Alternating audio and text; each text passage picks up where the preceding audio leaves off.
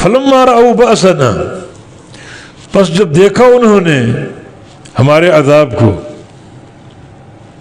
قالوا، تب کہا، آمنا باللہ وحدہ، ہم اللہ وحدہ لا شریک لہ پر ایمان لے آئے، وکفرنا بما کننا بہ مشرکین، اور ہم انکار کرتے ہیں، کفر کرتے ہیں، بما کننا بہ مشرکین، جن کو ہم شریک ٹھہراتے تھے، جنہیں ہم شریک ٹھہراتے تھے ہم ان کا انکار کرتے ہیں۔ اللہ کے عذاب کو دیکھ کر اب ہوش ٹھکانے آ گئے، فوراً ایمان قبول کر لیا، اپنے معبودوں کا انکار کر دیا اور ایک اللہ کی توحید کو مان لیا۔ تو اے مشرکین قریش، کیا تم بھی یہ چاہتے ہو؟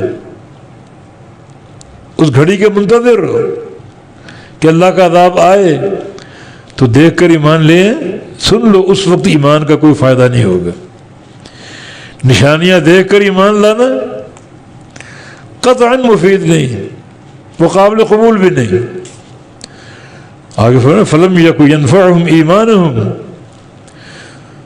پس ان کا ایمان ان کو نفع نہ دے سکا۔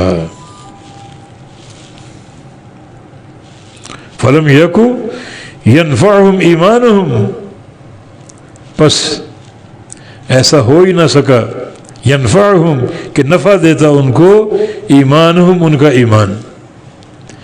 نشانی دیکھ کر یا موت سامنے دیکھ کر ایمان لانا، اس کا کوئی فائدہ نہیں۔